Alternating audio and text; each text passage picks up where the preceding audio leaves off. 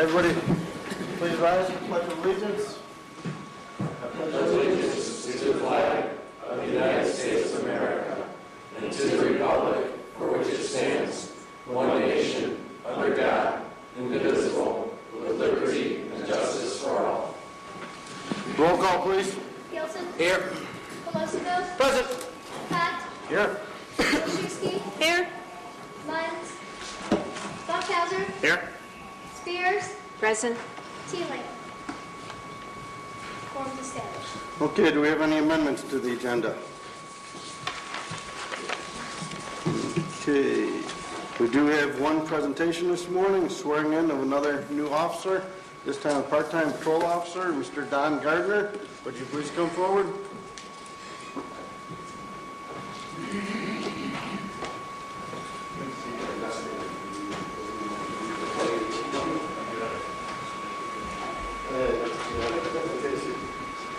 Please raise your right hand.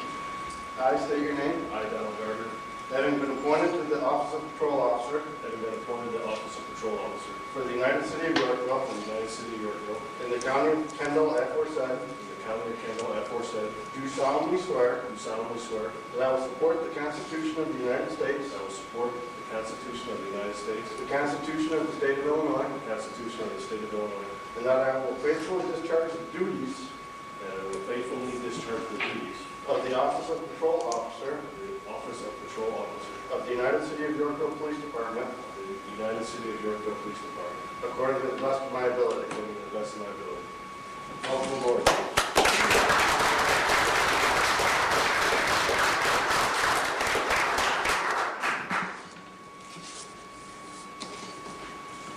All right, please stand up.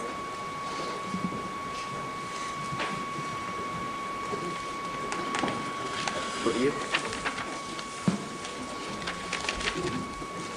Okay, we do have one public hearing today.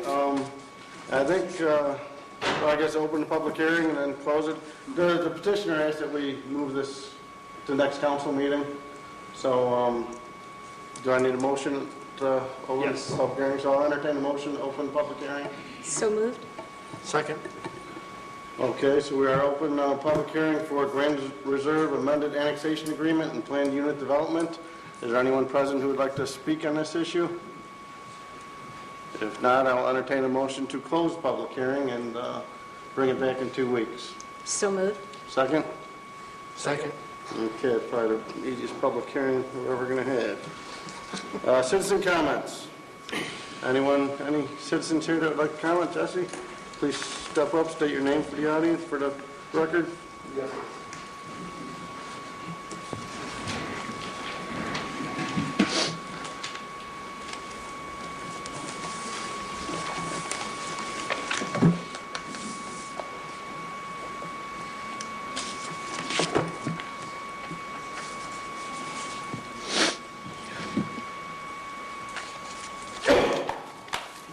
Good evening, Your Honor, members of this Honorable Council, citizens, and members of the press. This evening, I would like to clarify some statements that I have made that have either been taken out of content, either innocently or in an attempt to embarrass the Council in part or in whole. Your Honor, I wish to begin with the first action the Council took this evening, the reciting of the Pledge of Allegiance. Within that pledge, we reaffirm the words, "And to the Republic for which it stands." The words are in reference to Article 4, Section 4 of the United States Constitution, which reads, "The United States shall guarantee to every state in the Union a republican form of government, and shall protect each of them against invasion and on application of the legislature or of the executive when the legislature cannot be convened against domestic violence." In these two statements, the people of the United States are guaranteed a republican form of government. The question then becomes, what is a republican form of government? We may define a republic to be a government which derives all its powers directly or indirectly from the great body of the people and is administered by the persons holding their offices during pleasure for a limited period or during good behavior. It is essential to such government that it be derived from the great body of the society, not from an inconsiderable proportion or a favored class of it, otherwise a handful of tyrannical nobles exercising their oppressions by a delegation of their powers, might aspire to the rank of Republicans and claim for their government the honorable title of the Republic. James Madison, Federalist, Essay number 10, 1787. But what are the Federalist Papers? In the days of old, one state was holding out on this great experiment of a new form of government called a republic. 3 men chose to convince the good people of New York that a republican form of government under the Constitution of the United States was the way to go. This new Constitution would be the new law of the land, and the people themselves would be the law. 3 men, Your Honor, would be Alexander Hamilton, the first Secretary-Treasurer, John Jay, the first Chief Justice of the United States Supreme Court, and James Madison, the 4th President of the United States.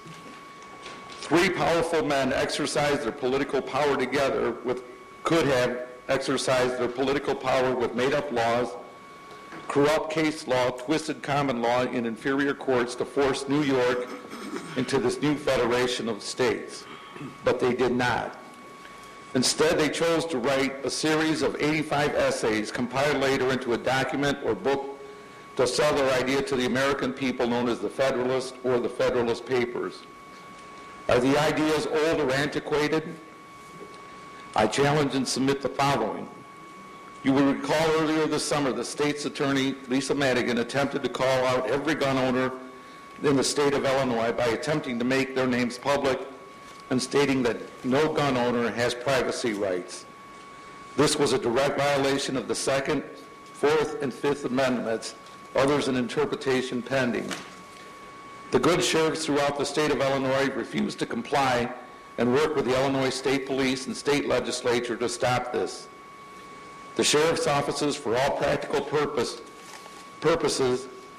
acted as their own authorities within their respectable counties. Legal, the Federalist number 26, in part, schemes to subvert the liberties of a great community require time to mature for their execution.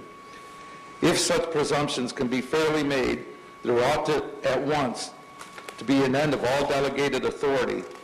The people should resolve to recall all the powers they have heretofore parted with out of their own hands and divide themselves into as many states as there are counties in order that they may be able to manage their own concerns in person. The definition of a Republican form of government is then very clear.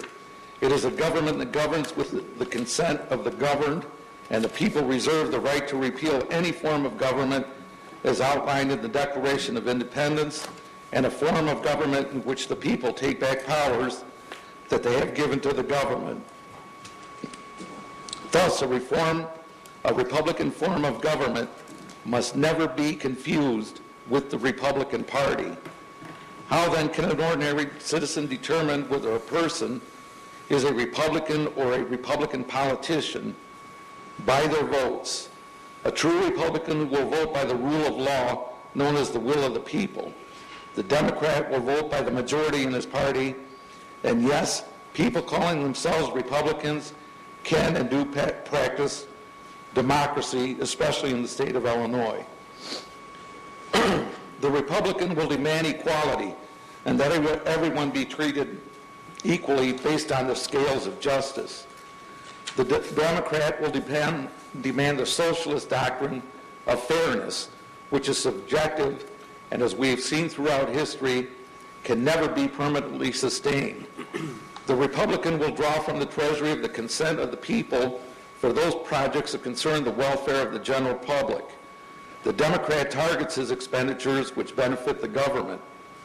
The Republican believes in the words of Thaddeus McCotter: you cannot inspire a person by making him dependent on others, while the Democrat pours out an endless supply of empathy to the down and trodden, keeping them enslaved within themselves. A few weeks ago, I visited the battlefields of Gettysburg. I stood at the place where Illinois' very own Abraham Lincoln stood and gave his famous address, the hallowed ground which was already consecrated by the blood of the fallen. The Gettysburg Address is tied with the Declaration of Independence, the Constitution, and the Bill of Rights. As I stood before that monument, I read the words, the last parts of his words, that we here highly resolve that these dead shall not have died in vain, that this nation, under God, shall have a new birth of freedom, and that government of the people, by the people, for the people, shall not perish from the earth. I then recall that day when I heard a letter read from a soldier in Iraq to his mother, who will soon be coming home. Technology has helped our soldiers stay in touch with their families and has helped them keep up with current events. The soldier then asked his mother,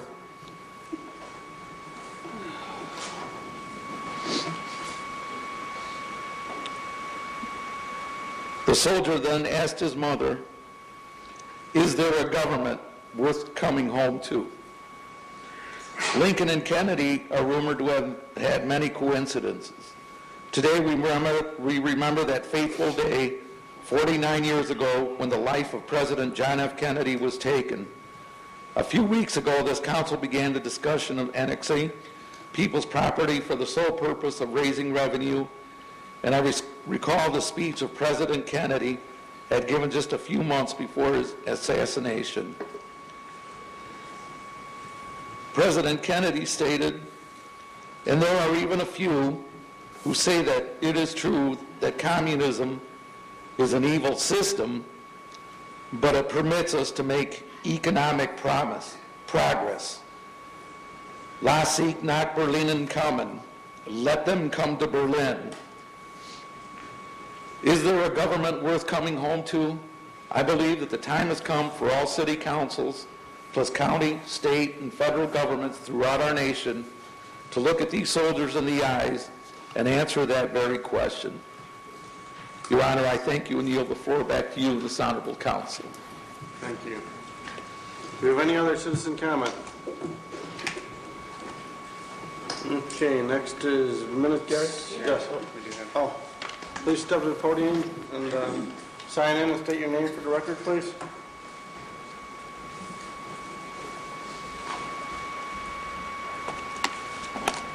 My name is Anthony Morrow.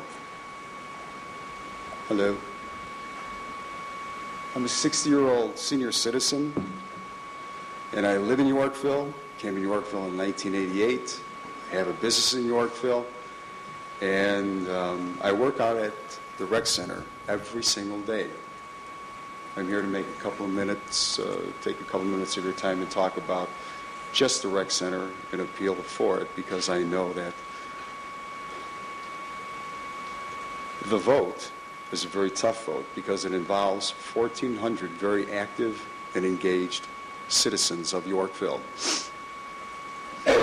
For us, the rec center is a daily town hall where doctors, lawyers, judges, bankers, sheriffs, police, business owners, and stay-at-home moms come every single day to greet and meet with their kids. Well, not all of them come with their kids, but they do come every single day. Because of the rec center, we are healthy, we're active, and we're engaged. The council here, everybody here meets twice a month.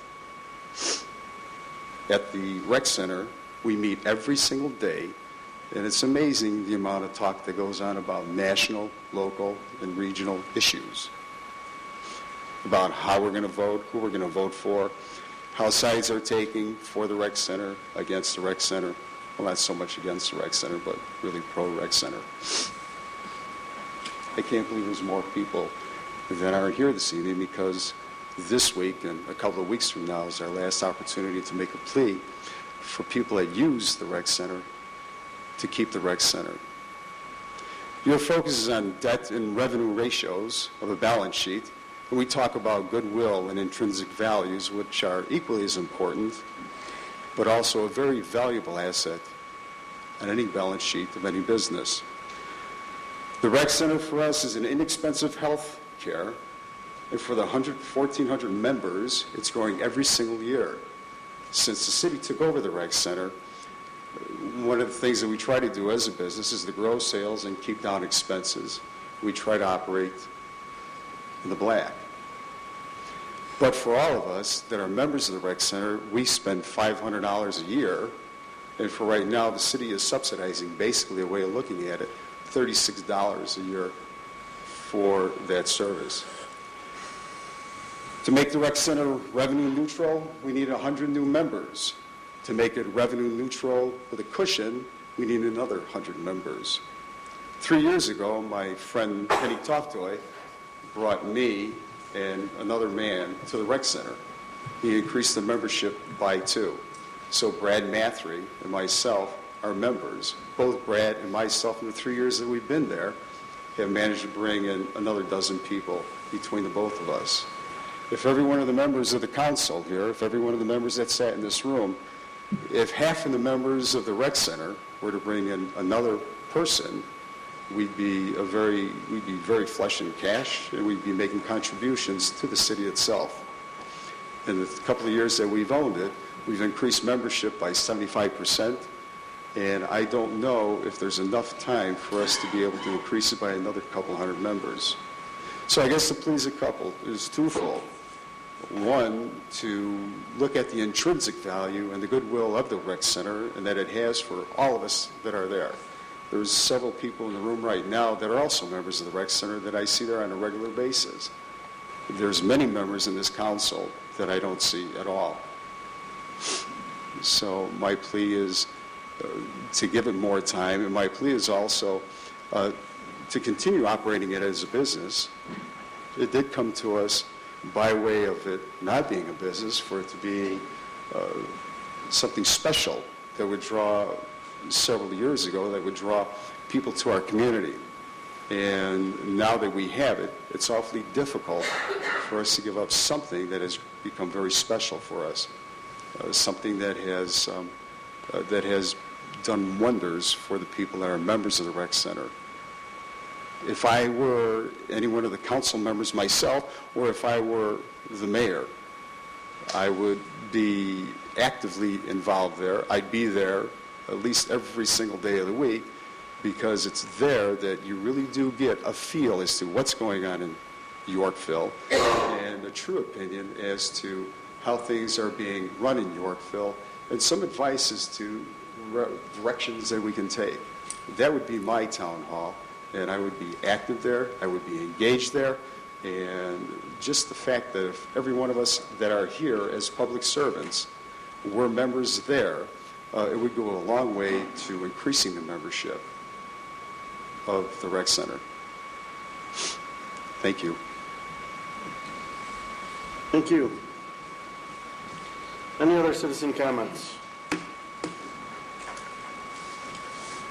Okay, then, moving on is consent agenda. I will entertain a motion to approve the consent agenda. I'll move. Second. Roll call, please. Yorkville, Aye. Milczewski, Aye. Spears, Aye. Funkhauser, Aye. Gilson, Aye. Pat. Aye. Next is minutes. A motion to approve the minutes of the regular city council for November 8th, 2011 as presented. So moved. Second. Comments, questions on minutes? George? I have one correction on page 3 and 6. It'd be the paragraph that starts with Alderman Gilson. Further down in the paragraph, about mid-paragraph, it says, Alderman Gilson knows for sure that the residents want the roads repaired. It is foolish to spend $100,000 on a study when the city barely has enough money now under the capital improvements for road improvements through fiscal year 14. It should be foolish for the city to spend $100,000 on a study when the city has $100,000 under the capital improvements for road improvements through fiscal year 14.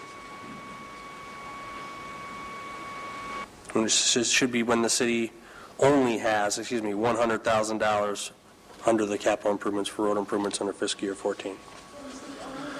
Yeah, just cross out barely and put the city only has $100,000, and then continue on with the sentence under, get rid of enough money now and put under the capital improvements for road improvements through fiscal year 14. Anyone else? Carla? On page 4, last paragraph, It starts with Alderman Funkhauser, Alderman Colosimo, and City Attorney Orr. And then the next sentence says, he asks, what is the time frame and how is it monitored? I believe that he was Alderman Funkhauser. I don't know if we need to check the tapes as who asked that question. I just think for future archival purposes, it should state which one actually asked it.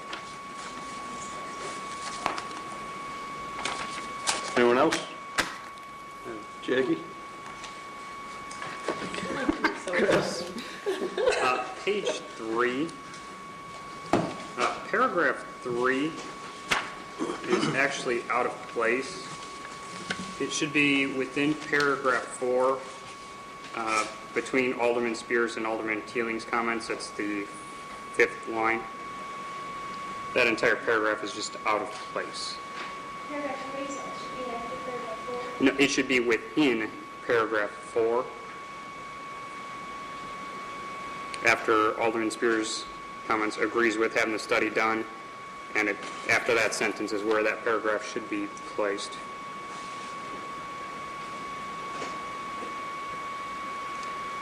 And then within that paragraph 3, second to the last sentence, there's the comment in there, based on facts on engineering. I believe it was based on facts and engineering.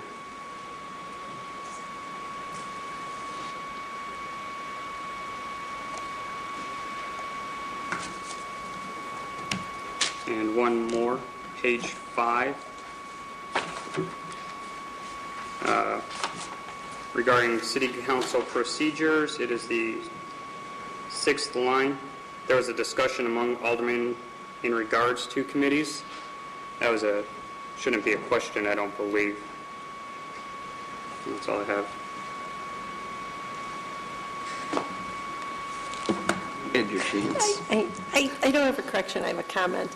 When there are these corrections to the minutes, I don't know, and Kathy, maybe you could correct me, I don't think they're properly reflected in if you look in these minutes, they're not clearly reflected as to what got corrected.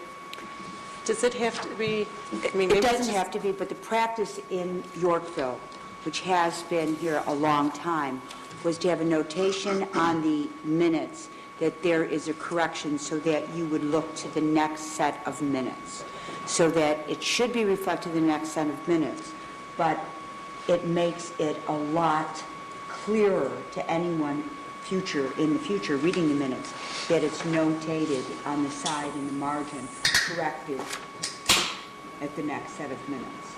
That's the way we had been doing. It's not a requirement, but it is a good It's just when you read practice. it, you know there's corrections, but it's not really clear what you're correcting. So on the side, there's usually a notation that says corrected. You can just, what was the notation? I never did it on the side. I just bullet pointed in a little bit more detail. That's just probably me.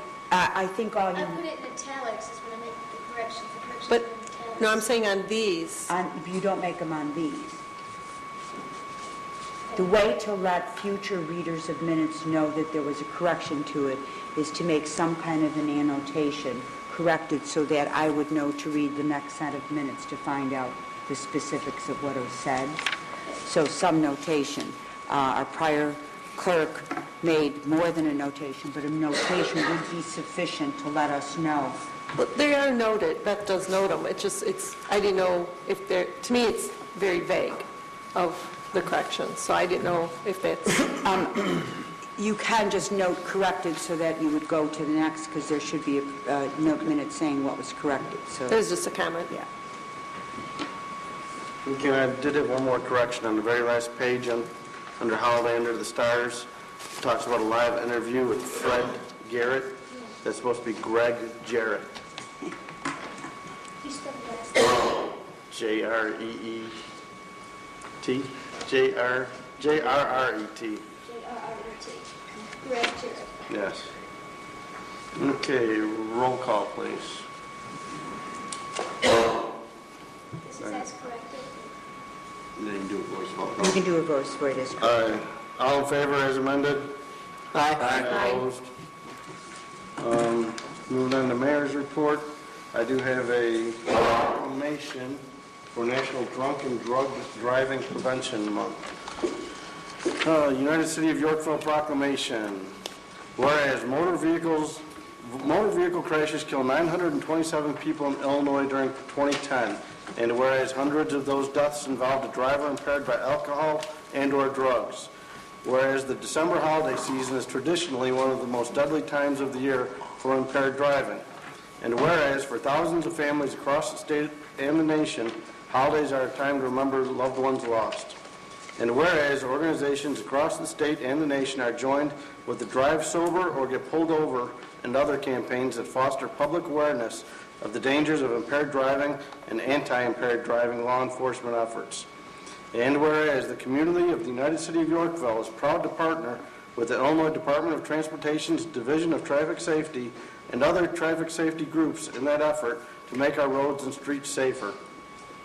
Now therefore, I, Mayor Gary J. Galinsky, do hereby proclaim December 2011 as Drunk and Drug Driving Prevention Month in the United City of Yorkville, and do hereby call upon all citizens, government agencies, business leaders, hospitals and healthcare providers, schools, and public and private institutions to promote awareness of the impaired driving problem, to support programs and policies to reduce the incidence of impaired driving, and to promote safer and healthier behaviors regarding the use of alcohol and other drugs this December holiday season and throughout the year. Dated this 22nd day of November, 2011 AD. Next is an appointment to the Zoning Board of Appeals. I will entertain a motion to approve the mayor's appointment of Anthony Peckick to the Zoning Board of Appeals. So moved. Second. Comments, questions? Roll call, please. Gilson. Aye. Seeley. Funkhauser. Aye. Cott. Aye. Pelosico. Aye. Spears. Aye. Wilczewski. Aye. Okay, next I will entertain a motion to authorize entering into a one-year insurance agreement with Gladfelter in an amount not to exceed $289,476. So moved. Second. Okay, we have Mike Mesro here from our insurance broker. You can answer any questions or... Yeah, the coverages are a little different from policy that we're proposing to go to what we currently have. Mike can answer questions if anybody has details. But in general, we're looking at a significant reduction, which is why we chose to go with Gladfelter. George? I have a few questions. First question I had was, can you just basically give us an overview on what the major differences are? And I read some of them, but what the major differences are between the old and the proposed new? Well, actually, the major difference is how the current carrier Travelers versus Gladfelter is going to cover the Glen Palmer Dam. Early on in this negotiation, we started working on this renewal in late August, of which Travelers was not going to provide coverage for your incidental general liability exposure for that Glen Palmer Dam. They did some loss control and were only going to provide us $1 million limit. Well, that's not good enough. We need that full $10 million limit before I'll feel comfortable. So the other carriers, we were able to get 5 other carriers to provide quotations that were going to fully cover your Glen Palmer Dam through the excess layers. After Travelers found that out, they decided that they are going to provide the full limits, but we're going to come back and risk control it in April. None of the other carriers are going to have a problem. Now, I don't think there's going to be any issue, but I just don't trust Travelers at this point. If something comes up, they're going to potentially pull the excess coverage specifically for the Glen Palmer Dam. And as Bart said, there are some few ancillary coverages that are different.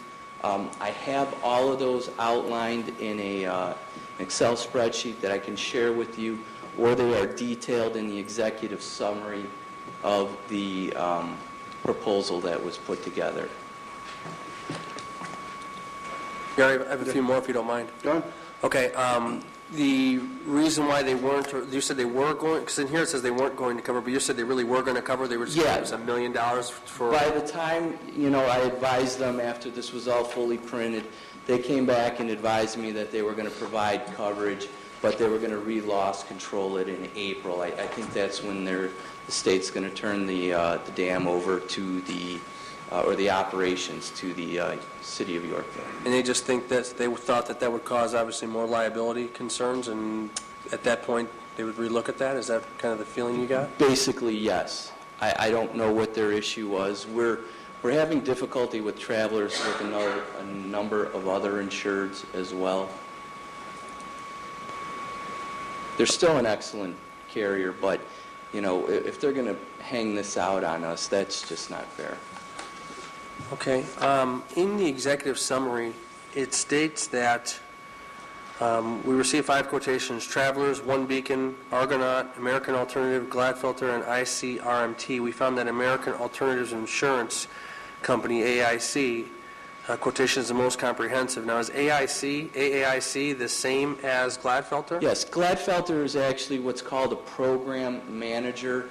They run a municipal insurance program that brokers like myself purchase it from. They buy it up on mass quantities and are able to get really comprehensive and cost-effective coverages. American Alternative Insurance Company is a very large company that actually is rated higher than Travelers. Travelers is an A15. American Alternative is an A plus 15. Not too much of a difference, but they're a commercial insurance company. Most people would never hear of them like you do State Farm or Farmers, but they're a very, very large and significant player in the commercial world. But they both gave us 2 separate quotations? I mean, you're saying they're essentially one and the same, but part of those 5 quotations we got from American Alternatives Insurance and Gladfelter, were those 2 separate quotations? Gladfelter and American Alternative are the same thing. Okay. Yeah, Gladfelter is just the company that runs the program that procures the insurance for American Alternative. And one other question for you.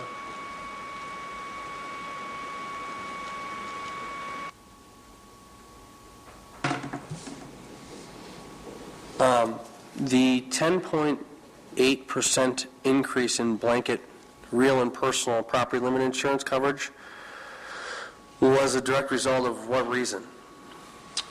Increased values. We need to increase values typically by 3% on your real property, which are all your buildings, and then I can get back to you on what else was increased. Although you think real estate values are going down, we insure at the cost to reproduce your building. So it's a reproduction cost. So if our building, for example, our real estate cost is $150,000, and we all know real estate has gone down, okay? And $150,000 is just a number. Obviously, it's Sure. not that. But with real estate going down, wouldn't it be the current replacement cost that you're insuring on? We replace it at the current cost. Sure, the real estate market is depressed, but the cost to replace it is not depressed. The cost to hire workers, the cost to get materials is expensive, is more expensive. And I guess I don't quite understand that. Maybe you can shed some more light on it. My home in particular, my insurance obviously has gone down because my home is not worth what it used to be, and so I didn't have to insure it for the same amount that I originally was insuring it for a replacement cost. Isn't it the same concept, or is it a different concept? With all due respect, I disagree with how that was done. Your house is X. Although it's not worth more, it's still going to cost you that original X, if not more, to rebuild it. Because there might be codes that you might have to, some ordinance or laws that you might need to do. The cost of bricks, materials, I mean, we all go to Home Depot and we do see how much more goods and materials and services do cost. And that's, I'm not a real estate expert, I'm not an economist, but, the depressed real estate is unfortunately why people are underwater, even though they still probably should insure their home or their buildings to that value, if not up it by 3% for inflation. Okay. And then in Executive Summary 2.2, it said there's an 8.6% increase. Is that an overall increase in our costs? I'm sorry? In Executive Summary 2.2, where it says in summary, the city's overall premiums are decreasing from $316,782 to $289,476, and it says, or an 8.6% increase. Shouldn't that be decrease? Yes, that's a typo. Okay, that's what I was I wondering. apologize. Okay, that's all I have. One thing I do want to point out is that you're with currently for workers' compensation, you're with the Illinois Public Risk Fund, and for the first time this year, you are being awarded a $6,200 safety grant. You can get defibrillators, slip-proof rugs, and it takes 3 years involvement in that program. And if the program remains healthy, it will continue to pay you safety grants for you to use. Great. So, Should the motion be amended then to include the Illinois Public Risk Fund as the workers' compensation character? I believe the original motion just referenced Gladfelter. Because they are not one of the same. they are not one of the same, correct? Yes, I would recommend that so that it now say the insurance agreement, it's with Gladfelter and, The Illinois Public Risk Fund for workers' compensation. yes. So can we have a withdrawal of the prior motions and have it restated as? I withdraw my motion. And withdraw the second? Who was the second? Let's just get I withdraw. Fine. Now would the motion be made in the form as requested by the city administrator? Motion to approve Gladfelter as well as the Illinois Public, its workers' compensation insurance. I know the concept. So moved. Second. Thank you. Any other comments or questions? On 5.4, we have our flood water damage coverage. The downtown area, the properties we have, it's a valuation of a $1.18 million with everything. It is outside of our flood zone type A, but it would be within the 500-year flood, which has happened to us before. Our coverage is $1 million, $100,000 deductible. Do we think that that is a sufficient coverage for what we have downtown? I think you have $5 million with a $25,000 deductible if it's outside of flood zone A. But V the or stipulation on the terms are flood coverage on property located within 1,000 feet of flood zone A is limited to $1 million, and the minimal deductible for coverage property located within 1,000 feet of flood zone A. That is incorrect. That's another typo. I apologize. So it should... I will confirm that to Bart that is incorrect. Okay. And if it's not, we can bring it back at the next city council meeting. And this is just more of a comment, not really a question, but just to point out how when individuals point out about hidden costs and hidden issues that come up when we don't do our due diligence, how sooner or later they come down on the books and our bottom line. When I was a resident and I sat over there, I was against the old jail. I'm still against the old jail. I think that asset needs to be unloaded. It added another $362,000 in assets to our bottom line, which is 2.5% of our full building assets of $14.883 million. So when people say it's, oh, well, we're getting it at a great price and there's no future costs associated to this, it's going to be covered by the haunted houses or it's going to be covered by other things, at the end of the day, it's not, because we have almost a 10% increase in premiums, which is due to approximately a 3% increase in costs, in building costs, over the last year, which is understandable. But of the total building costs that we have in our municipality of $14.883 million, 2.5% of that is that old jail. So I just want to point that out, how these costs do come back and cost the taxpayers money. So if anybody's interested in buying an old jail, come on by, make us an offer. I'll be happy to throw it in a committee and move it along. So that's all I have to say about that. Any other questions? Roll call, please. Fontella? Aye. Colosimo? Aye. Spears? Aye. Wilczewski? Aye. Gilson? Aye. Thank you, Mike. No Public Works Committee report, no Economic Development Committee report, no Public Safety Committee report, Administration Committee. Yes, I'd like to make a motion to approve an ordinance for the levy and assessment of taxes for the fiscal year beginning May 1, 2012, and ending April 30th, 2013, and authorize the mayor and city clerk to execute. So moved. Actually, you I'm can sorry, second. second. Comments, questions, tax levy?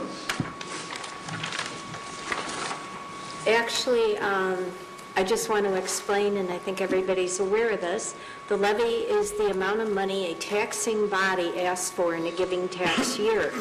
According to the state tax cap, even if a government asks for no more money, it does get the difference created by new construction coming on the books for the first time, and an increase up to the amount of the consumer price index. And recently, it was published in the Kendall County, or the Beacon News, I'm sorry, that Kendall County Supervisor of Assessments stated even if all the taxing bodies kept their levies the same, people would still pay more. The levy, or for Kendall County, under that scenario, the levy for the general fund would rise from about $18.5 million in 2011 to about $18.9 million in 2012. The difference would be an increase of $406,225. And it's that would come despite the fact that equalized assessed value of property decreased in the county by 7.8%. And that would be because there's fewer property owners or people with less property value paying the same amount of taxes, so everyone is going to have to pay more.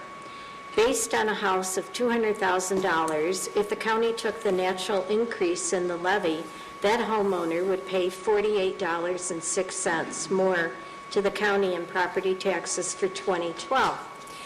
As I stated last year, that doesn't seem like a lot of money, just $48. However, there are 10 taxing bodies. If everybody increases $48, I think we're going to have a rush of people that can't afford the increase in their taxes, and ultimately I think they'd be leaving Kendall County as well as Yorkville. Therefore, I'm going to vote against the levy that is presented to us right now. Thank you. George? I've stated this before, but I'll state it again. I agree with Rose, number one, and other cities and taxing bodies have voted not to take their maximum tax levy or increase their taxes this year, and I urge the Yorkville City Council to do the same. By taking the maximum levy, we're sending a poor message to the other taxing bodies that tax our residents that it's okay for them to take their max tax caps as well. And I believe this frame of thinking ultimately leads to higher taxes and ever increasing higher taxes. And I just believe we're taxed too much already. So I don't believe we should be taking our maximum tax cap, and I also will be voting against this. Anyone else? I have a question. If we don't take the maximum tax cap that we have here today, and we decide on a lower number, what is the process? Republic hearing? What has to happen for us to? No, to take a dollar amount, you would just have to amend the ordinance accordingly, and any time you reduce the tax levy compared to what you published, there's no need to renotice. What happens, Bart, if that number goes lower?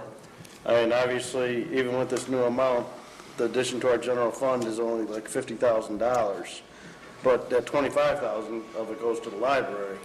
Yeah. Does the library still get that 25,000 even if we lower our levy amount? Well, They set their own levy, correct? sure. You've got a couple different factors in play. One is the ordinance itself contains an amount above what we actually think we're going to get. So Rob and I's estimate of the actual tax levy dollar amounts are about $86,000 or so more than what we got last year. And at this point, what we actually think we're going to get is being divvied up between the library, which is $25,000 higher than it was last year, and the remaining increment, don't make me do the math in my head, is going to go into the police pension fund. So even though the corporate fund has $50,000 more, I think there's another IMRF one maybe that's a little bit more based on our our levy request above the tax cap.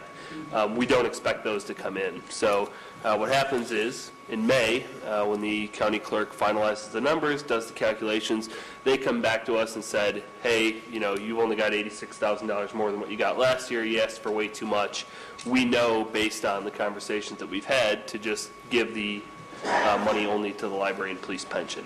So at this point, if you were to reduce it, let's say you were to say, we're not going to ask for any more dollars than we did last year, you'd be shorting the library fund, which I'm not sure we have the authority to do by law.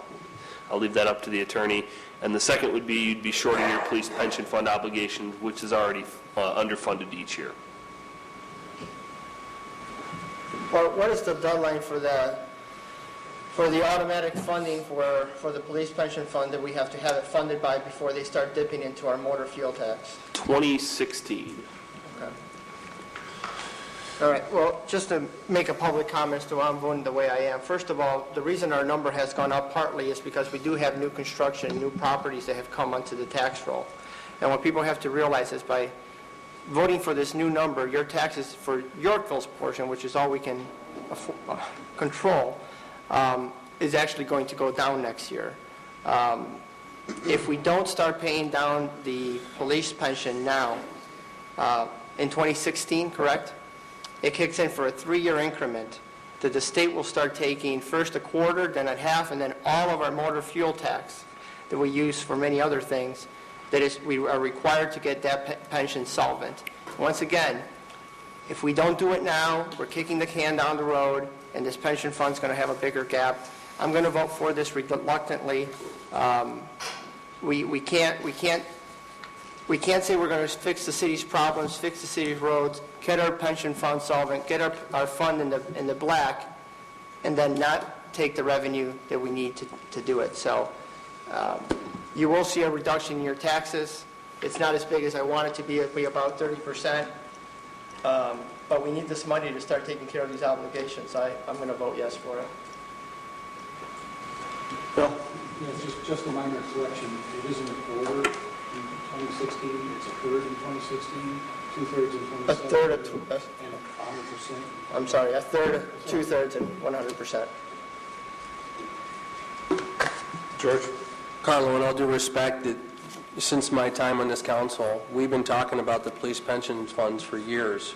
And what we've been hearing for years is everything's okay, we're sufficiently funded. Yet this year we want to take everything all at once and catch it all up.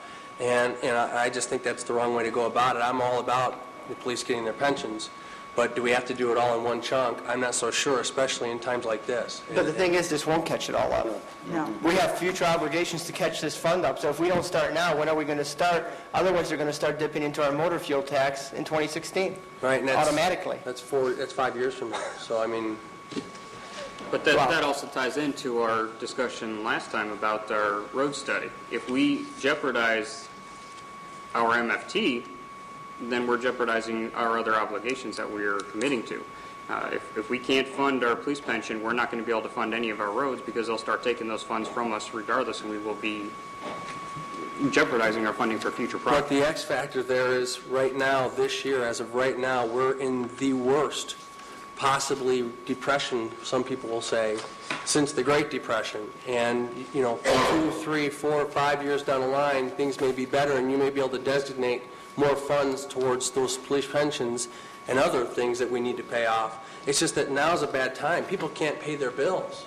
And if they can't pay their bills and you keep taxing them, I don't care how much you try to catch things up, there's not going to be anything there. People are going to leave, and people aren't going to come to Yorkville once people start leaving. So at some point, I don't know. Like I said, I'm still voting against this. I think it's a bad idea for us to be taking our maximum tax cap, because when we take ours, it's okay for the schools to take theirs and everybody else to take theirs, and that happens year after year after year, and all that does is keep increasing our taxes. And the more we increase taxes, the more we have people who are defaulting, who aren't coming to Yorkville. They're leaving Yorkville.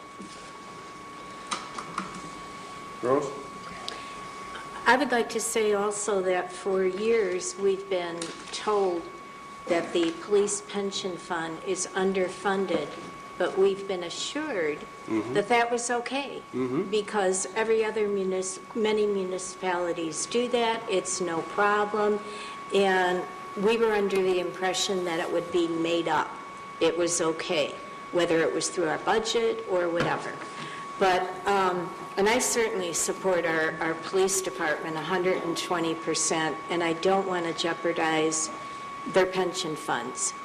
However, I think that possibly when we work on the next budget, we can allocate the appropriate amount of money and put it towards the police pension fund. The officers are all paying in their pension dues, their money, and I think we have to support them. However, at this time, with everybody raising taxes, I still cannot support asking for the highest levy that we could ask for.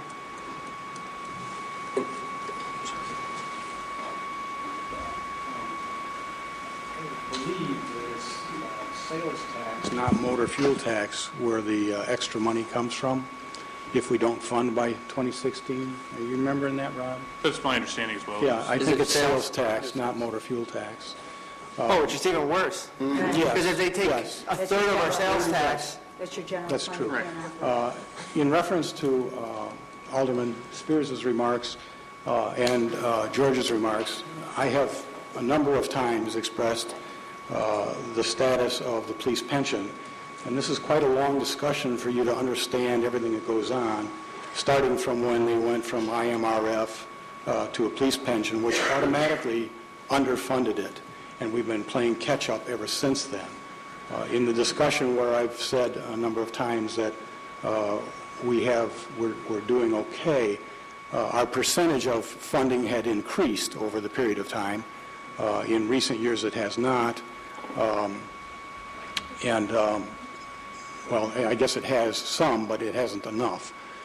The other thing is they just passed this law that now says in 2016 that we must fund it at a third or 100%, or they take a third of our sales tax in 16, two-thirds in 17, and 100% of the difference. You got to understand, if we're underfunded by 100,000, in 2016 they would take 33,000, in 2017 they would take 66 if that stayed the same, and 100,000 in 2018. I've never said that we were, quote, perfectly okay. That's the council's interpretation of what I've been trying to project. But we do have 40 years to do this. Now, however, as a result of this new law, we have until 2016. Go ahead, George. You know, when we discussed this last year and we discussed the pensions, I was concerned about it too, and we were told that things were okay. And to add on top of that, and yes, they were underfunded, but we were told we were okay, and we were also told that we were better than most of the other municipalities around us in terms of funding the police pensions. And, you know, back to what we're talking about, the reality of the situation is you're asking for a tax levy, a maximum tax levy this year, and if everybody else takes their maximum tax levy caps, you're talking about increased taxes again. And if that keeps happening year after year after year, like I said, don't worry about people coming to Yorkville. Don't worry about new businesses coming to Yorkville. People are going to be leaving Yorkville because they can't afford to be here. And same with businesses. If people leave Yorkville, businesses won't be here either. So, you know, We talk about that police pension fund, and I remember the discussions distinctly because I asked a lot of questions about it, because I was concerned about it too, because it showed in black and white that it was underfunded. And we were told time and time again it was okay and that we were better than most municipalities around. Bill, do you know when the legislation was passed that changed this, that required it to be done by 2016? It's been, I don't know the exact date. It's been within, what would you say, 6 months to a year? It's been within the last year, Right. sure. So this discussion about the mandated deadline has not come up in the past about when going through this levy issue. This is a new issue that we have an absolute deadline that we have to fund it. Now, it is something that we do have to consider because we have 4 years to fully fund, and we have or 5 years. We have a large number that we have to put into there before we possibly jeopardize our sales tax, which is our largest revenue stream. Now, I will say, I don't like the fact that we have a $25,000 increase by the library board, which, Kathleen, do we have any control? Or That's my understanding. They That's are why fully controlling The that. library has a certain percentage, and they're not levied by a dollar amount, but by a percentage of EAD. The way I understand it, and I'm not a lawyer, I'll say that ahead of time, is the technical requirements of the PTEL law, which is property tax cap, give the city council authority to basically apply a limiting rate to each individual levy within your umbrella. And the library, although they control their own budget, they control the operations of the library, and they set their initial request, could be subject to that tax cap. So, that would require a separate agenda item and a separate ordinance or resolution by the city council, I would assume. I don't think so. Okay. George? One more added thing. I mean, funding our police pensions is a necessity. We talk about necessities versus non-necessities. Start voting for necessities and stop voting for non-necessities and start targeting surpluses towards things like this. Then you won't have to worry about voting people's taxes higher and higher year after year after year. That's the reality.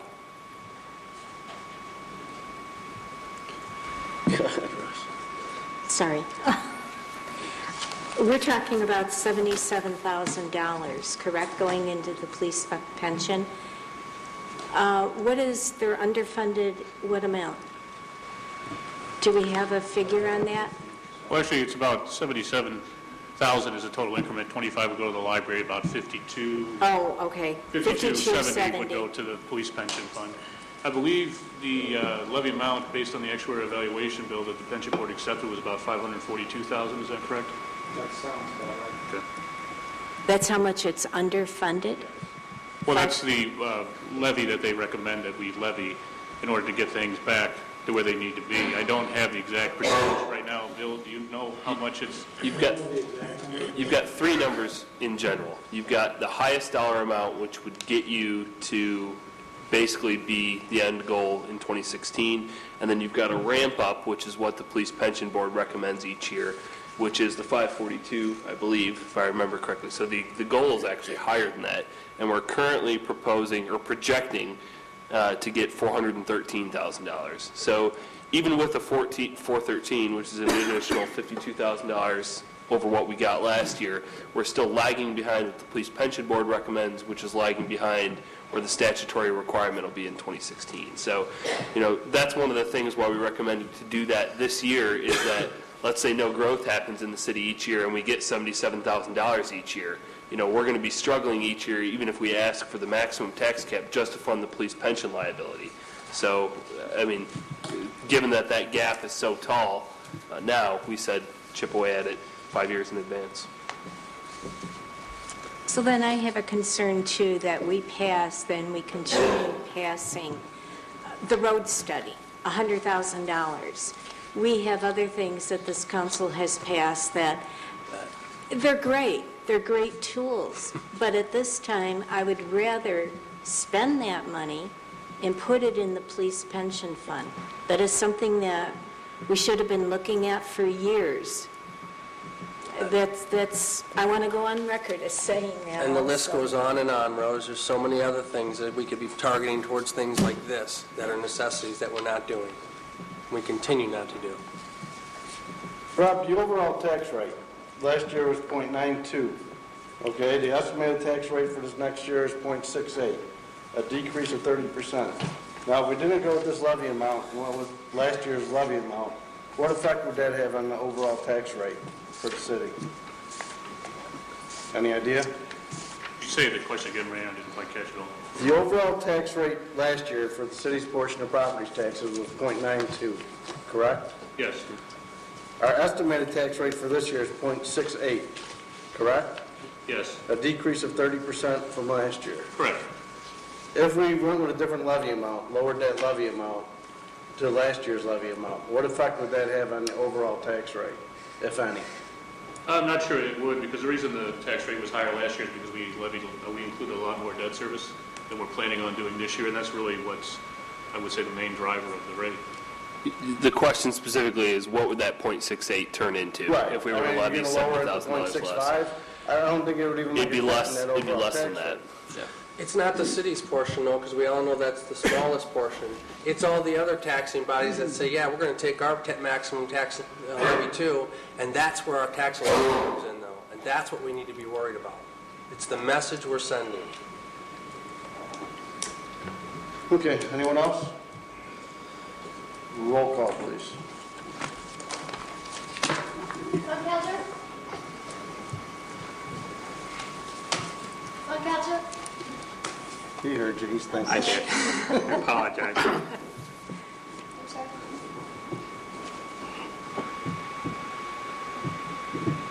Aye. Hot? Aye. Colosimo?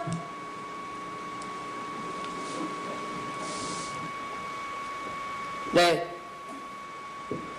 Spears? Nay. Milczewski? Aye.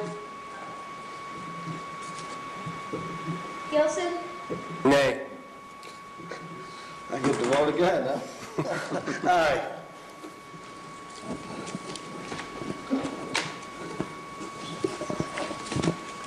Aye. Question for Kathy. Does that ordinance need a majority of the sitting city council members or the currently present city council members? It requires, the mayor has the right to vote. I will verify that because this is a unique situation, but I think we're okay. Okay.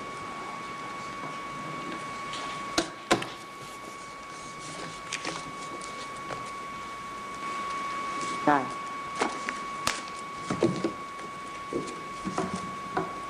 So say, how do you weigh that with the general legal rule that the mayor has the opportunity to break a tie? Right, understood. Yeah. So for the record, we will consider it passed. We will verify that there isn't a special rule when it comes to the tax levy ordinance. Okay, next is electric aggregation referendum. Okay.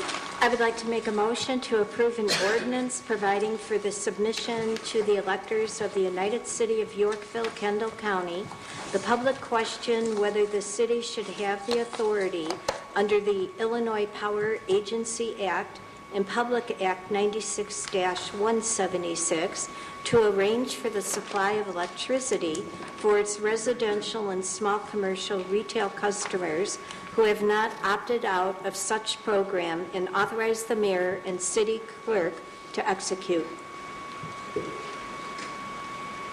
Second.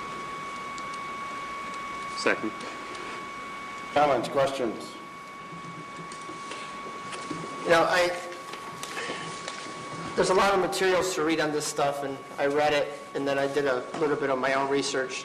And overall, this is the problem I have with this referendum. First of all, it's the uncertainty in a very short period of time as to what the costs are going to be anyway. So I think it's a lot to do about nothing. Second of all, I found at least half a dozen companies right now that you can voluntarily, as a resident, call and get into one of these programs to reduce your energy costs. You can do it freely, voluntarily, you can do it on your own, your neighbor can have a different company, you can have a company. There's some freedom of choice there as far as who you're going to go with. This would, in essence, then allow us to choose for you and then force you to opt out of our decision. I just don't think, quite honestly, at this point, basically, since the deadline is looming as far as the locking costs for ComEd, that we need to pass this.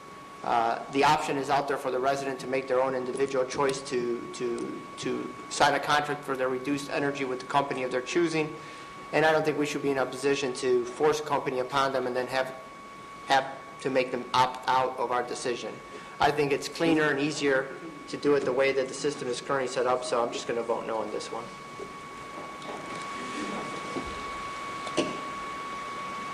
You brought up a good point. I guess I need a point of clarification. The reason why we would look at something like this is to look at bidding this out in aggregate, which would be a much bigger bid package, which would probably ultimately lower the rates versus a resident calling another company and getting a lower rate on their own. Is that correct or no? That is correct. And the spread between individual purchasing and municipal purchasing right now has been 30% for aggregate and 20% for just calling up a company. 30% reduction versus a resident. 30% reduction on one portion of the bill, which ends up being about a total 10% reduction on your electricity bill. Which is why I believe this is actually a good idea. I think that ultimately, if we bid this in aggregate, we will save money and save the residents money. And if they don't want to be in it, they can opt out and still go and individually get the service that they need. But yeah, for the record, the intent of this referendum is to allow the municipality to do negotiations to give the resident another choice. Mm-hmm. Not to I understand, but with every opportunity, there always is work to be done. When you do your own insurance quotes, when we study it. And the idea here is to say, okay, you're going to give us an opportunity, Mr. or Mrs. Citizen, to negotiate a rate. Then you can choose.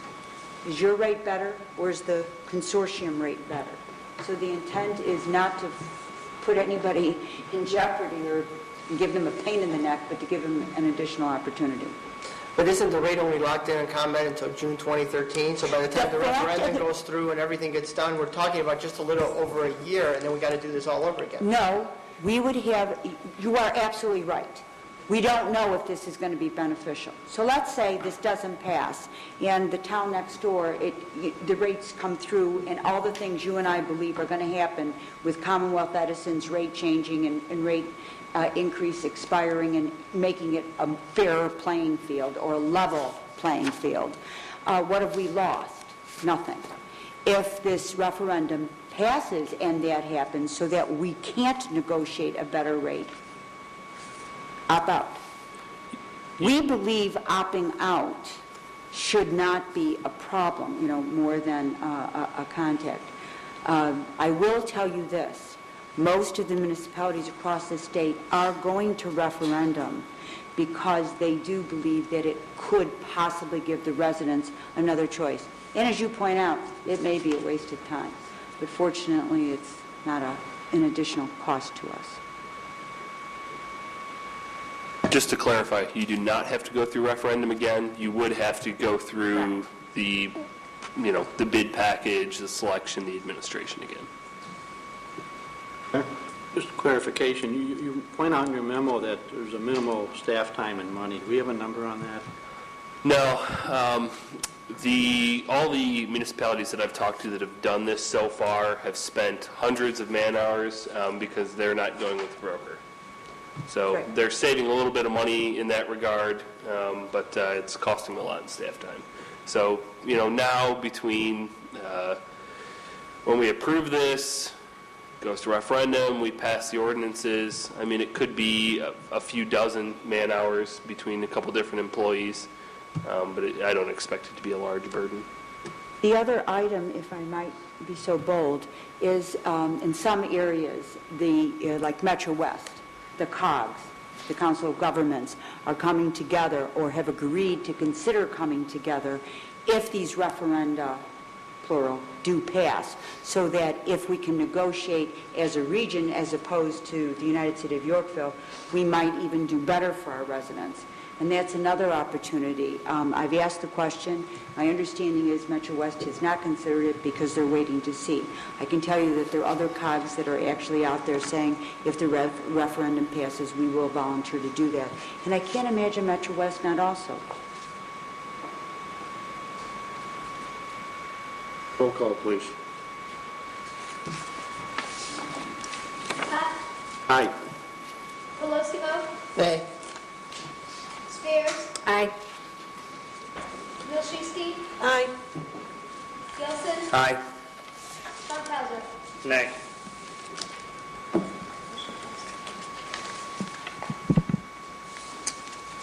No park board report? Or is there a park board report?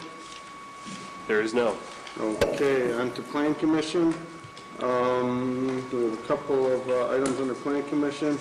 I'll entertain a motion to approve an ordinance approving the rezoning to the R2 One-Family Residence District for the property located at Worsley Street and Gawney Lane, Henny and Spiel property, and authorize the mayor and city clerk to execute. So moved. Second.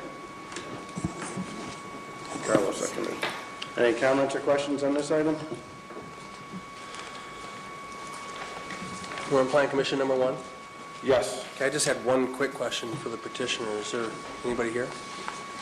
I am. Great. How you doing, Dan? Good. Good. I have no problem with this. It's just a question of curiosity. Sure, go ahead. When it mentions in the petitioner request and background, it says water and sewer are available to the property. We don't have water and sewer there now, and whose water and sewer are they going to get? City water and sewer up right at the corner of the property. The north boundary of the property is a home that's in the city that faces Main Street, and there's a line that goes right to the corner of our property for both sewer and water. And then this is a small infill parcel just to the south of it. It's totally densely wooded. Worsley on one side, Gone on the other. And so we'll extend Main at our expense onto the two lots. Gotcha. Thank you, Dan. You bet. Anyone else? Mr. Mayor, Yes, sir. question for Attorney Kramer. If this is approved tonight, are they ready to start moving, building on this, or? I wish I could tell you that. Mr. Henny, as you may know from past things, Larry has built in the town for over 25 years, usually smaller residential projects and commercial projects. He's got a couple prospects for homes. He won't do them as spec homes. In other words, he wants to sell the house and the lot to, let's say, yourself or an individual, and then start that. So he's hoping to do both of them next spring, but it all depends on financing for the buyers and if they like the house he wants to build. Thank you. You bet. Yes? I attended the hearing, and there were some questions by residents, and I think you answered most of them. But as a follow-up, did you verify that the old well is going to be properly capped? They're actually out looking for it. They have not been able to find one there, and the health department has no record of it, Rose. Oh, really? Yeah, so Vern has not been able to locate anything, even an old cistern. They can't find anything right now. Now, when they dig foundations, if they find one, they'll cap it, but they literally can't find a thing. Okay, okay. And they were talking about the runoff? Yeah, that, there may be a very simple solution to it, and we'll certainly work with the city engineer. There's a huge storm sewer that has an easement north-south just to the east of our property. The question is, can we hook a line into it because it's huge? I think it's like a 48-inch line.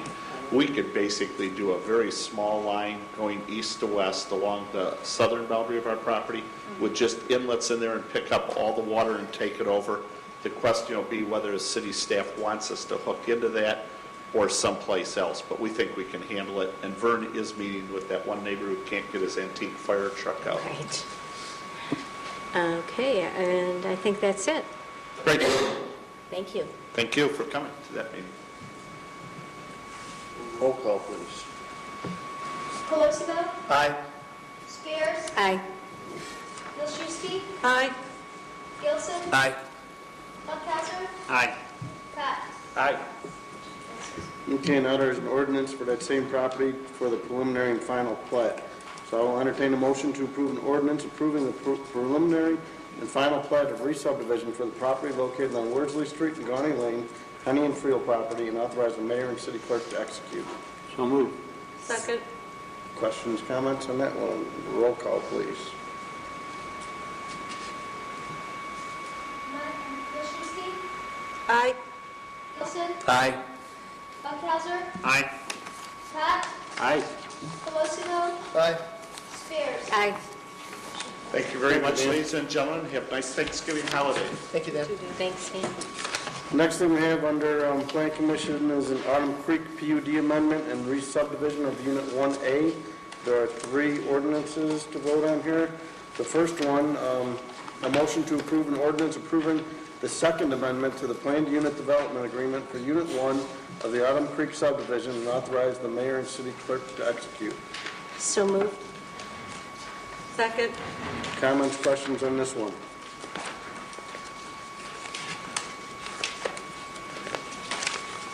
Roll call, please.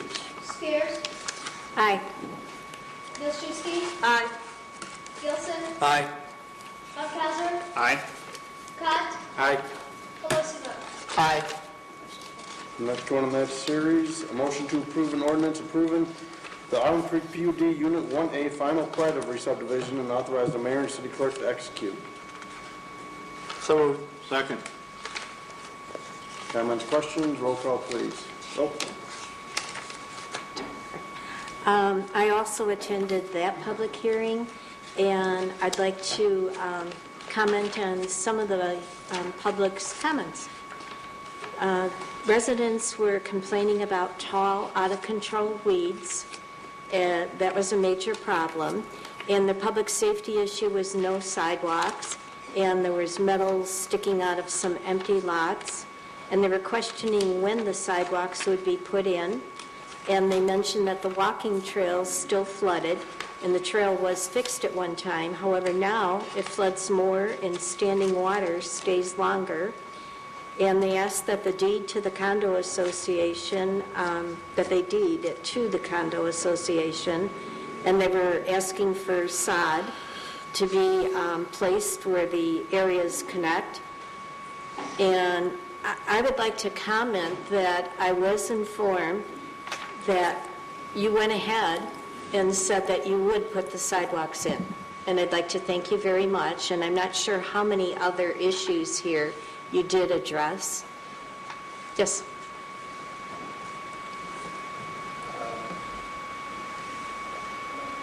Thanks again for having us this evening on the agenda.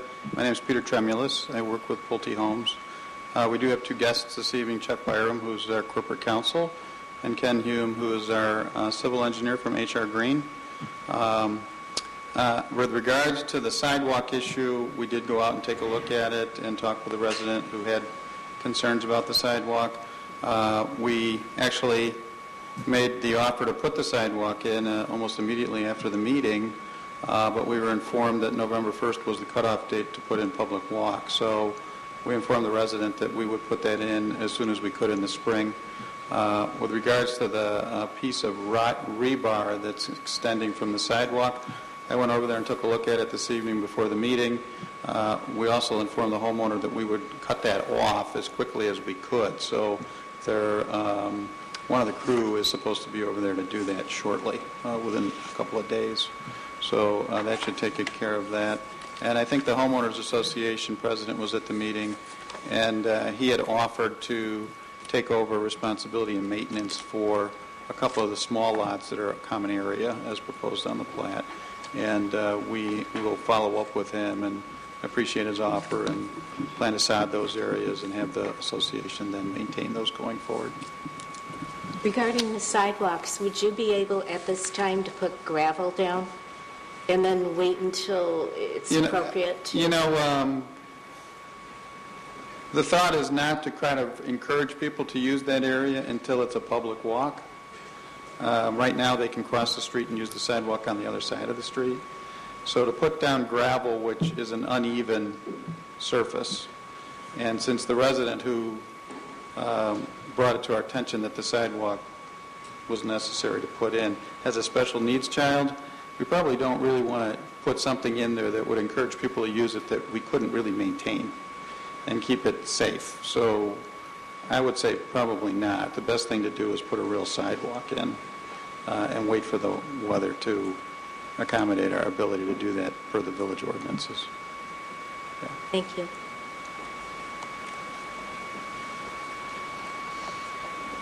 Any other questions, Rose? No, that's Is that it. Thank you. Anyone else? And could you state your name for the record one more time, please? It's Peter Tremulous. That's T like Tom. Sure. Okay. T like Tom, R-E, M as in Mary, U-L-I-S. Thank you. You bet. Okay, there's no other questions. Roll call, please. Nostrewski. Aye. Gilson. Aye. Upchauser. Aye. Cott. Aye. Colosimo. Aye. Spears. Aye. There's one more ordinance in that re-subdivision. I'll move, it's a resolution. This is, okay. A motion to approve a resolution approving the Autumn Creek Unit 1 plat of vacation and authorize the mayor and city clerk to execute. So moved. Second. Comments, questions? Roll call. Well, I just want to say I'm much happier with this plat than the previous plat that was absolutely. approved, so I'm just very excited that that was done, so. And this, just for the record, this goes from 107 townhomes down to 34 single family? Yeah. No, I'd be happy with it myself if I lived there. Yep. Roll call, please. Gilson. Aye. Upchauser. Aye. Cott. Aye. Colosimo. Aye. Spears. Aye. Nostrewski. Aye. Okay, I'm assuming there's no ZBA report, no city council report, city clerk's report, city treasurer's report, community and liaison reports. I know Ms. Spears has a big one. Very important. Very important. Very important. It's probably the most important report I ever gave.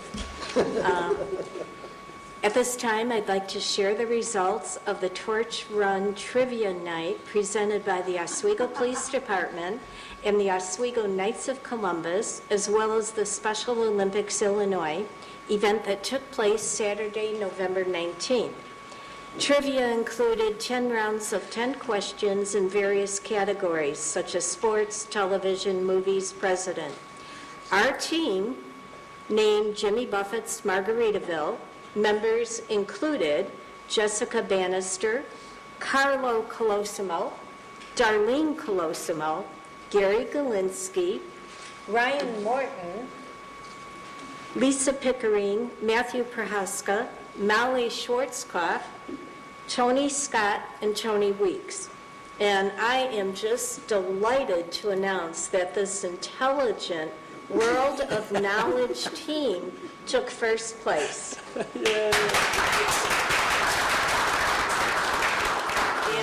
You forgot your Further, I forgot what?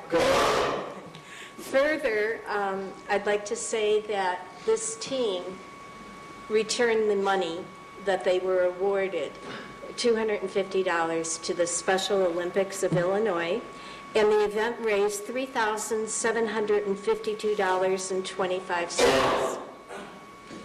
And I'd just like to add that no good team is any good without a good leader. The team was put together by Rose Spears, and she organized our team, so thank you to you, Rose. Oh, you're welcome. And we are available for parties. Any other liaison reports, George? I have two. The first I'd like to do on the Yorkville-Bristol Sanitary District meeting on November 14, 2011. There was a call to order and all were present. First, there was a GIS presentation by Greg Weber on behalf of Deutschler & Associates, and they entertained a GIS system and discussed potential cooperation between YBSD and Yorkville to complete a shared GIS system. Greg claims Yorkville is a long way off and still needs a lot of work and data entry, and therefore we may be interested in working with them to complete that GIS entry. The second one was there was a motion approving and placing file. They approved that. There were public comments. There was some discussion about the once again, the permitting process that I discussed in the past, where we discussed issues between the YBSD and the city in terms of how we were permitting, or how we weren't approaching them before we actually let the developer go ahead and build. So they said they've had a lot of discussions since then, and that they have a commercial green card type system in place for permitting, and the YBSD hopes the system will work well going forward and is used correctly, and they want to avoid any red tags or construction shutdowns. So they did report on that, and I'm glad to hear that. I think we should be working together on that. There was a motion approving goods and services utilities for payment, motion approving that for different dates, which is basically their bill list. Motion approving the district becoming a general member to the YEDC, and actually that motion, they talked about Lynn Dubacek approached them and said the EDC is hurting for funds, and Lynn asked for the YBSD to become a general member from an associate member, and they said they'll delay that for more thought and consideration. Motion approving an interfund transfer. They approved a $75,000 transfer from checking to a money market account for their bills. That was approved. And there was also discussion on a 5-step pay increase for employees, or 5-year step increase for employees. Susan passed out the details at the meeting, and Kevin Coleman, who's the director, said that he believes this should be looked at on a case-by-case basis and shouldn't be passed from a whole perspective. That's the YBSD report, and then I had one other report. I had the pleasure of listening to our state treasurer, Dan Rutherford, speak this weekend. And his big discussion amongst all in the room were reduction of state spending. Some of the things he talked about were reduction of city vehicles, reduction of cell phones, reduction of all sorts of things, all the way down to $285 for reduction of calendars for their desks. He said from big to small, the state needs to reduce. He said Springfield needs tough love right now, and they need to say no to non-necessity spending. There's $147 billion in state public pensions that are unfunded. Bond rating in Illinois is the worst in the country next to California. 66% income tax increase from the state, which is a 1 week of your pay, which is the recent increase that was taken, only pays for this year's pension payment only and not any of their bills. So, we talk about the state of affairs we're in, and I think that's pretty serious. There's several other speakers too, but I thought that that report was pretty interesting. The other thing that was an interesting website for all to look at is a website called deadbeatillinois.com, and that website is a list of all who is owed money by the state or any resources by the state. And if you haven't seen that, log on to that website and take a look. It's pretty overwhelming. So I appreciate your time. Anyone else? Committee or liaison reports? Ms. Moszewski. I was invited by Troop 350, as were you, and to come talk to them. They're doing some information, I don't know if it's a badge, I'm sorry, I was a scout for government, so it was quite interesting. Had a packed night, a lot of little boys there, got to talk. Best part was I let them ask questions, and the most interesting was they want to know what kind of video games you like to play. Yeah, a little Cub Scout. Wanted to know if that's what you do, is play video games when you're mayor, which ones you like. Video games. If I do, it's a golden tee. Golf is about it. Yeah. So it was a very nice evening. Nice bunch of Nice. I wish I could have made it. Yes, they missed you. Mm-hmm. Anyone else? I'm assuming there's no staff reports? There's none. Additional business? Yes. I would just like to wish the staff and the council members and all our residents a very happy Thanksgiving. Yes, happy Thanksgiving, everyone. Anyone else? Hello? I brought this up via email, via conversations with Eric and the Public Works Committee and an admin committee. but I think it needs to be brought up again. I've had numerous complaints about leaf pickup being too early in Yorkville, especially on the south side of town, which is where I live. And therefore, there's too many leaves to bag and dispose of. And I've had many emails about this. I'd love to ask again for reconsideration of a second round of pickup to make sure our residents are satisfied, at least on the south side of town where we picked up leaves early. So, like I said, I had and this isn't something I'm surprising anybody with. I've had an overwhelming flood of emails about this, and many believe we need to look at that again. So. I mean, it's something at this point we've talked about. I'm not sure that we have the resources to be able to do another pass in the entire town before snowfall hits. And we've been telling everybody that's called and contacted us that at this point, we're only doing one. Leaf pickup is available via bagged service for the rest of the month. And that's probably your best bet as far as getting leaf pickup this year. Okay, we have no executive session. I'll entertain a motion to adjourn. So moved. Second. All in favor? Aye. Opposed? I think the ayes have it. Happy Thanksgiving.